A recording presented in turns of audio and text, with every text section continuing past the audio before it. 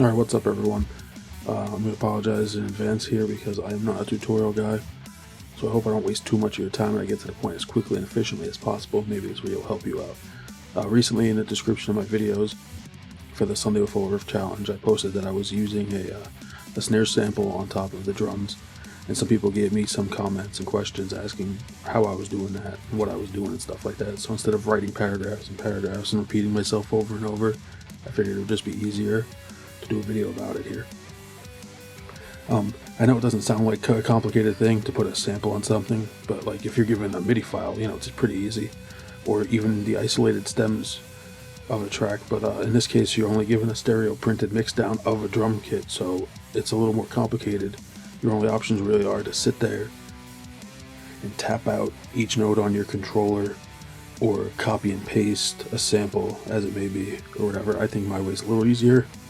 And I know I didn't come up with this. I had to have stolen this from another YouTuber or someone out there, because I am not smart enough to figure out things like this on my own. My problem was, probably for the first time in my life, I came up with a guitar sound that I don't hate, using the Neural DSP Fort and Cali. And the problem with it was, though, it conflicted with the snare in the mix and stuff, and they just fought a lot. And instead of changing the guitar sound that I liked, I figured it would be easier just to reinforce the snare with a sample, as it may be in this case.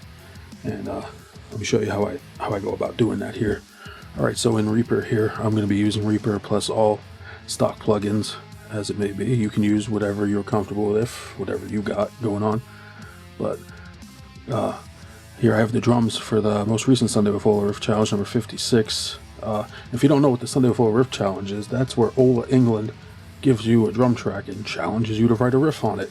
I think I've done 32 or 33 of them. Some of them good, some of them pretty bad, some of them okay.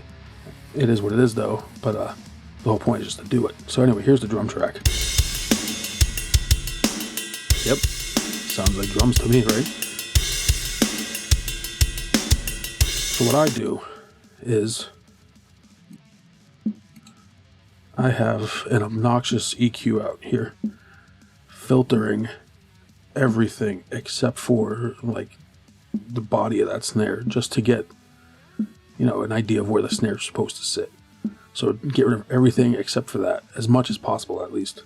And then I have that going into a gate, and that signal, every time it hits the threshold, is sending a MIDI note.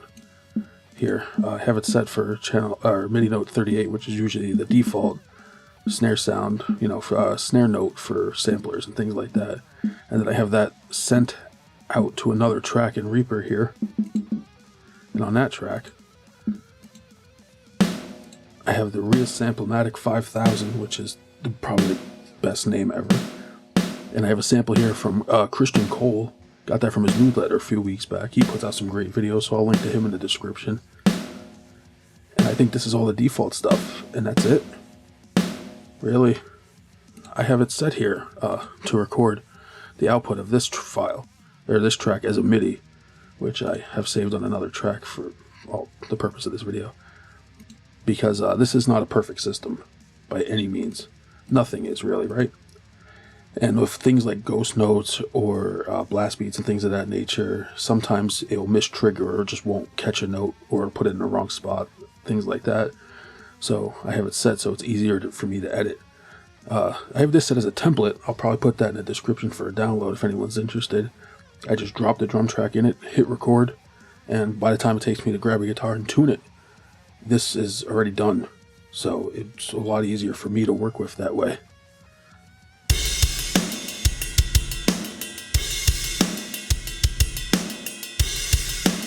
I did not edit this MIDI track. This drum beat's pretty simple, and the snare hits are pretty easy to detect.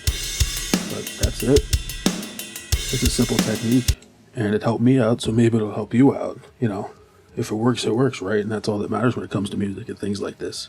So, thanks for watching. Thanks for checking it out. Maybe I'll do more videos like this. Maybe not. Who knows? You just have to wait and see, right?